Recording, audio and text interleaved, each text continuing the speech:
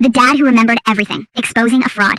I pretended to have severe early-onset memory loss just to test my daughter's new fiancé, and what I found out nearly broke my heart. My daughter, Kayla, she's an angel, too trusting for her own good. When she started dating Brandon, everyone loved him. He was a smooth-talking finance guy, nice suit, firm handshake, but something in my gut said, run. I couldn't put my finger on it, so I decided to play the confused old man. For 3 months, I acted like my mind was slipping. I'd repeat stories, forget where I put my wallet. I even called him Brian every time he came over.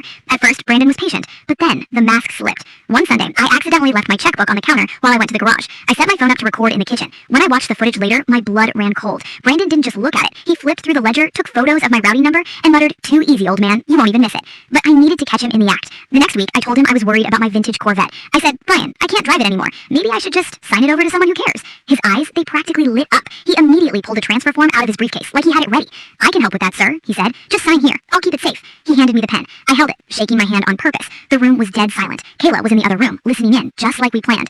I stopped shaking. I looked him dead in the eye, sharp as a tack, and dropped the voice. "You know, Brandon, the funny thing about memory loss is sometimes it clears up right before you call the cops." He froze. He looked like he'd seen a ghost. Kayla walked in, holding my phone with a video of him stealing my bank info.